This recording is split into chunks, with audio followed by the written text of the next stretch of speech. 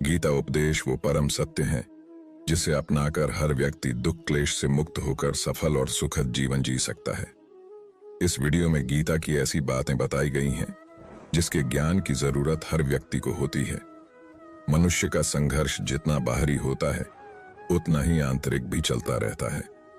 सोच और कर्म का संतुलन ही सफल जीवन का मंत्र है। सही गलत और उचित निर्णय की दुविधा में फंसे व्यक्ति को गीता के इन उपदेश से मानसिक सबलता और धैर्य मिलता है। इस सृष्टि में जो जन्म लेता है वो निश्चित रूप से मृत्यु के अधीन हो जाता है। दोस्तों, यहाँ भगवान श्री कृष्ण कहते हैं कि इस मृत्यु लोक का हर एक प्राणी, चाहे मनुष्य हो या पशु पक्षी हो या फिर वृक्ष और पौधा हो, हर सांस लेने वाला प्राणी अपने जन्म के साथ मृत्यु को भी लेकर आता है। हर प्राणी को एक न एक दिन निश्चित क्षण पर मरना अर्थात अपने शरीर को त्यागना ही होता है। मनुष्य को सिर्फ कर्म करने का अधिकार है, फल की इच्छा ना करें। दोस्तों, यहाँ भगवान श्री कृष्ण कहते हैं कि मनुष्य को चाहिए कि फल की इच्छा त्याग कर कर्म को अपना धर्म समझकर करे, क्योंकि जो भी मनुष्य फल प्राप्ति की इच्छा करता है उसका मन फल के बारे में सोचकर अपने कर्म और कर्तव्य से विचलित हो जाता है और उस इंसान को वो फल प्राप्त नहीं होता है जिसकी उसने इच्छा की हुई थी। इसीलिए भगवान श्री कृष्ण कहते हैं कि मनुष्य सिर्फ कर्म कर सकता है, फल कदापि मनुष्य के अधीन नहीं है। जो लोग फल की इच्छा से ही कर्म करते हैं वे लोग सुख दुख आदि के चक्र में फंस जाते हैं और उनकी मना शांति नष्ट हो जाती है।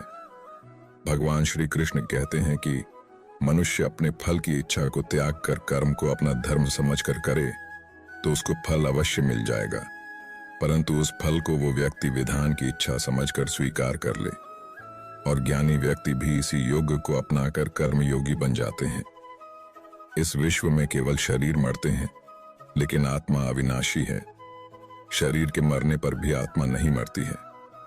दोस्तों, यहाँ भगवान श्री कृष्ण कहते हैं कि आत्मा न कभी जन्म लेती है और न ही कभी मरती है।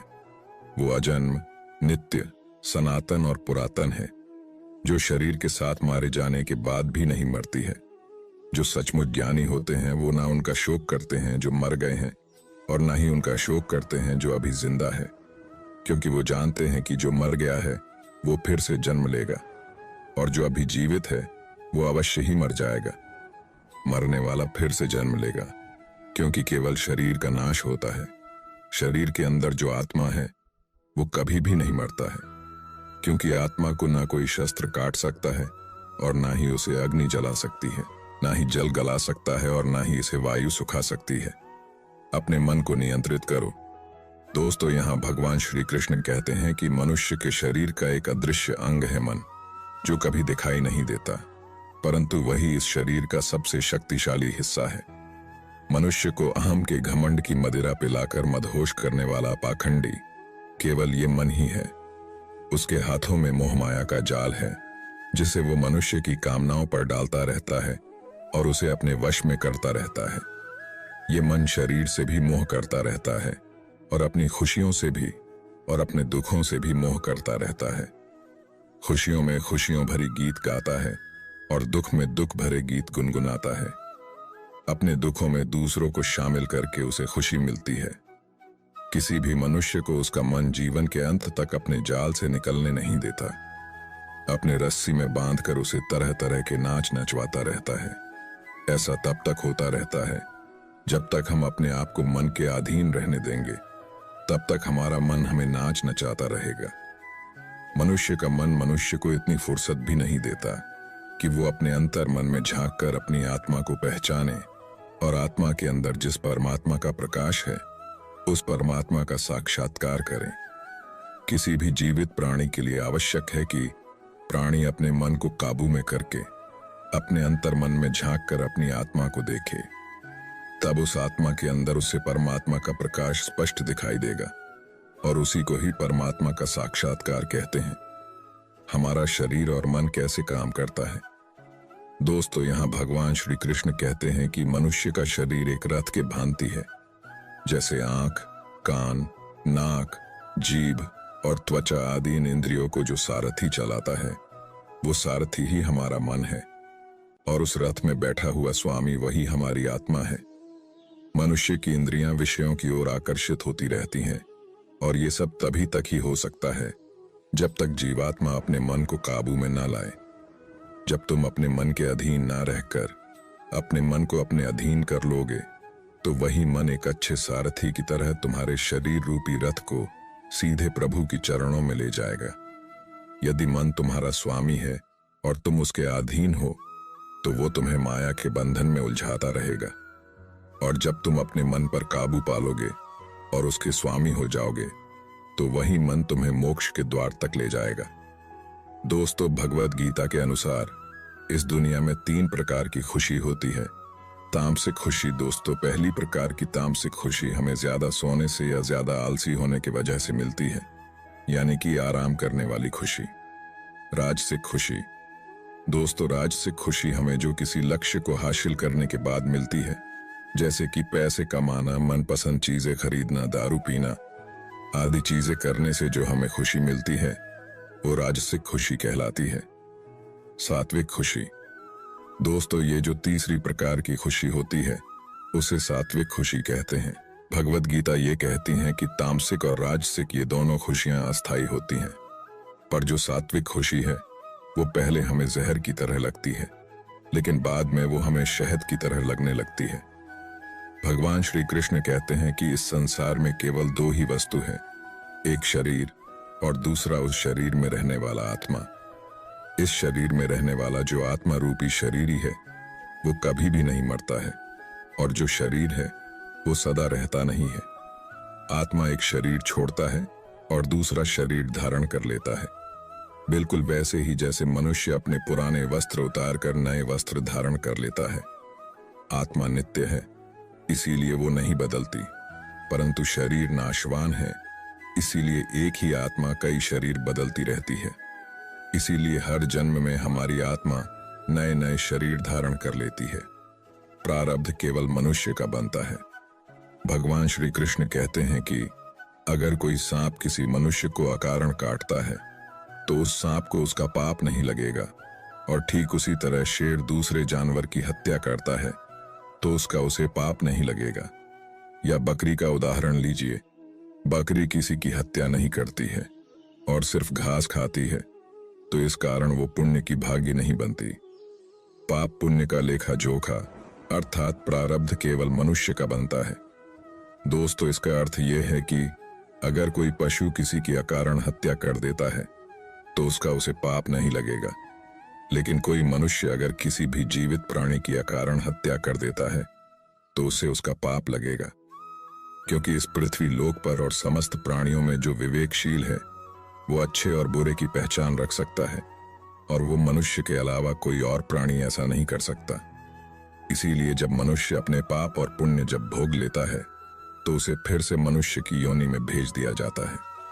एक ही कर्म किसी के लिए पाप बन जाता है और दूसरे के लिए पुण्य बन जाता है। दोस्तों, एक मनुष्य किसी कमजोर और असहाय व्यक्ति का धन लूटने के लिए उसकी हत्या कर देता है तो उस व्यक्ति को निश्चित ही उसके द्वारा किए गए कर्म का पाप लगता है।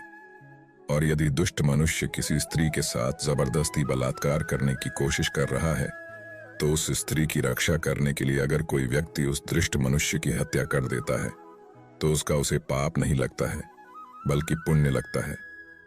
दोस्तों, कर्म तो वही रहा, किसी की हत्या करना, परंतु उस कर्म के पीछे की भावना क्या है और मारने वाले की नीयत क्या है, इसी के फर्क से ही एक ही कर्म किसी के लिए पाप हो सकता है और दूसरे के लिए पुण्य हो सकता है। जिस भावना और नियत से मनुष्य कर्म करता है उस नियत के कारण एक ही कर्म किसी के लिए पाप बन जाता है और किसी के लिए पुण्य बन जाता है। कर्म के इस ज्ञान के द्वारा ही मनुष्य को कर्म विकर्म और अकर्म की पहचान होती है। दोस्तों, इसका अर्थ यह है कि मनुष्य जब निष्काम भावना से कर्म करता है तो उस कर्म का फल उसे नहीं भोगना होता है, इसीलिए वो अकर्म हो जाता है। अकर्म उसे कहते हैं जिसे सकाम भाव से और फल की इच्छा से किया जाता है। उसका फल मनुष्य को उसके कर्म के अनुसार अवश्य मिलता रहता है। अच्छे कर्म का फल अच्छा मिलता है और बुरे कर्म का बुरा फल मिलता है। और जो असत्य, कपट, हिंसा आदि अनुचित और निश्चित कर्म को विकर्म कहते हैं। हर मनुष्य का प्रथम धर्म क्या है और अपने धर्म का विधान मनुष्य खुद बनाता है। दोस्तों, इसका अर्थ समझाते हुए भगवान श्री कृष्ण कहते हैं कि धर्म का जो विधान है, अगर उसे किसी दूसरे व्यक्ति ने बनाया हो तो वो तुम्हारा धर्म नहीं हो सकता है। तुम्हारा धर्म वही है जिसे तुमने स्वयं बनाया हो, जिसे तुम्हारी आत्मा ने स्वीकार किया हो। धर्म एक व्यक्तिगत चीज है जिसका फैसला व्यक्ति को खुद करना होता है। दोस्तों, मैं आपको एक उदाहरण देकर समझाता हूं। दोस्तों, अगर किसी के गांव पर डाकू हमला करके उस गांव की युवतियों का अपहरण कर रहे हो और उसी समय किसी का पिता मृत्युशैया पर अंतिम सांस ले रहा हो और अपने पुत्र से बार बार पानी की एक एक घुट मांग रहा हो, तो उस समय उस व्यक्ति का, यानी कि उस पुत्र का क्या धर्म होना चाहिए? वो मरते हुए अपने पिता के कंठ में अंतिम समय गंगा जल की बूंद बूंद टपकाता हुआ अपने पुत्र धर्म का पालन करें, या फिर उसके गांव की युवतियों पर जो संकट आ गया है उनकी रक्षा के लिए अपने हाथ में तलवार उठाते हुए उन डाकुओं का मुकाबला करें? आवश्यकता हो तो अपनी जान भी देकर अपने गांव की इज्जत बचाएं। दोस्तों, इसका निर्णय कोई दूसरा व्यक्ति कैसे कर सकता है? इसको धर्म का दौराहा या धर्म संकट भी कहते हैं। ऐसी स्थिति में वो व्यक्ति क्या करे? उसका फैसला कोई और व्यक्ति नहीं कर सकता, बल्कि ये निर्णय उसे खुद ही लेना है कि उस समय उसका प्रथम धर्म क्या है। उस समय उसकी अंतरात्मा जो आवाज दे, वही उसका प्रथम धर्म है। इसीलिए दोस्तों, हर व्यक्ति का धर्म व्यक्तिगत होता है और मनुष्य अपने धर्म का विधान मनुष्य खुद बनाता है। जिस मनुष्य में हारने की चिंताएं कम और जीतने की ख्वाहिशें ज्यादा होती हैं, वह मनुष्य मन से बहुत शक्तिशाली होता है। जीवन में सब कुछ हासिल कर लीजिए या गंवा दीजिए, मगर अपने स्वार्थ के लिए किसी का इस्तेमाल मत कीजिए। जिस तरह कुछ ही औषधि भयंकर रोगों को शांत कर देती है, ठीक उसी तरह ईश्वर की भक्ति बहुत से कष्ट और दुखों का नाश कर देती है। कभी कभी अपनी जीवन में आगे जाने के लिए उन चीजों और व्यक्तियों को भी त्यागना होता है जो कभी तुम्हारी हृदय की गहराइयों में विलीन थे। हमेशा अपने आप पर विश्वास करें। तुम अपने विश्वासों की उपज हो। तुम जिस चीज में विश्वास करते हो, तुम वही बन जाते हो। जो स्वयं पर विश्वास करते हुए लक्ष्य की ओर अग्रसर होते रहते हैं, उन्हें सफलता जरूर मिलती है। अगर व्यक्ति अपने लक्ष्य के लिए कर्म में पूरे मन से लग जाता है और उसे कर्म करने से खुशी मिलती है, तो सफलता उससे दूर नहीं, अपने कर्तव्यों का पालन करना जरूरी है। भगवान श्री कृष्ण उपदेश देते हैं कि हर व्यक्ति को अपने कर्तव्य का पालन करना चाहिए। यही धर्म है। अगर अपने कर्तव्य का पालन नहीं किया जाता है तो मन में अशांति और दुख प्राप्त होता है। अपनी पसंद नापसंद, मोह बैर को किनारे रखकर अपना कर्तव्य करो। किसी अन्य व्यक्ति का कर्म आपको कितना भी आकर्षित करे, उसके प्रलोभन में न आए। कष्ट में रहते हुए भी अपना कर्म करना दूसरे की नकल करने से श्रेष्ठ है। अपने कर्म और कर्तव्य का पालन ही जीवन का सही मार्ग है, क्योंकि कर्म करना अकर्मण्यता से हमेशा बेहतर है। कर्तव्य में दोष देखकर पीछे न हटें, क्योंकि हर कर्म में कोई न कोई छोटा मोटा दोष हो सकता है, जैसे अग्नि के साथ धुआं भी होता है। सदैव कर्म करो। कर्म करने से पहले विचार करो, लेकिन बहुत ज्यादा विश्लेषण मत करो। अधिक विश्लेषण संशय और अकर्मण्यता पैदा करता है। ध्यान करने से परमात्मा को अनुभव किया जा सकता है। श्री कृष्ण कहते हैं कि शारीरिक कर्म से ज्ञान का मार्ग उच्च है और ज्ञान मार्ग से भी ऊपर ध्यान मार्ग है। ध्यान मार्ग से ईश्वर को अनुभव किया जा सकता है। जो व्यक्ति मन और इंद्रियों को शांत करके पूर्ण विश्वास से अपना ध्यान भगवान में लगाता है, उसे ईश्वर का ज्ञान और अस्तित्व अवश्य अनुभव होता है। जो हर जगह हर जीव मनुष्य में ईश्वर को देखता है, सबके हित में लगा रहता है, उस पर परमपिता अवश्य कृपा करते हैं। ज्ञान मार्ग हो या भक्ति मार्ग, समर्पण प्रेम विश्वास ही आपको ईश्वर के प्रकाश की ओर ले जाता है। भगवान की पूजा बहुत से लोग करते हैं, लेकिन उनको शांति क्यों नहीं मिलती? क्योंकि भगवान आपके मन में निवास करता है। उसे पता है कि आपका भाव क्या है। एक अज्ञानी कर्म और ज्ञान को अलग अलग समझता है, लेकिन एक ज्ञानी जानता है कि दोनों एक ही हैं। लोग ज्ञान की बातें तो करते हैं, लेकिन उसका पालन नहीं करते। बिना पालन किए ज्ञान कोरा रह जाता है, ज्ञान का अनुभव नहीं होता। गीता कहती है कि ज्ञान पढ़ने की नहीं, बल्कि अनुभव करने की वस्तु है, और अनुभव बिना कर्म किए नहीं मिलता। भगवान श्री कृष्ण कहते हैं कि संसार में जितनी भी चीजें सांसारिक सुख की श्रेणी में आती है, उनकी एक शुरुआत और अंत जरूर होता है। इन सांसारिक सुखों का अंत दुख, कष्ट और दुर्गति के रूप में होता है। इच्छाओं का अंत नहीं है, एक पूरी होती है तो दूसरी नई इच्छा आ जाती है। हर इच्छा से प्रेरित होकर कर्म करना गलत है, क्योंकि ऐसे तो अनुचित कार्य भी होंगे। इच्छाओं से विचलित ना हो, उन्हें एक विरक्त दर्शक बनकर देखो और वे चली जाएंगी। श्री कृष्ण कहते हैं, मनुष्य को जीवन में श्रेष्ठ बनने का प्रयास अवश्य करना चाहिए, परंतु जीवन में हमेशा उत्तम ही रहना चाहिए। हर कीमती चीज को उठाने के लिए झुकना ही होता है। माँ और पिता का आशीर्वाद भी इनमें से एक है। अगर व्यक्ति शिक्षा से पहले संस्कार, व्यापार से पहले व्यवहार और भगवान से पहले माता पिता को पहचान ले, तो जिंदगी में कभी कोई कठिनाई नहीं आएगी। स्वार्थ से रिश्ते बनाने की कितनी भी कोशिश करे, वो कभी नहीं बनते हैं, और प्रेम से बने रिश्तों को कितना भी खराब की कोशिश करे, वो कभी नहीं टूटते। हर किसी के अंदर अपनी ताकत और अपनी कमजोरी होती है। मछली जंगल में नहीं चल सकती और शेर पानी में राजा नहीं बन सकता। इसलिए अहमियत सभी को देनी चाहिए।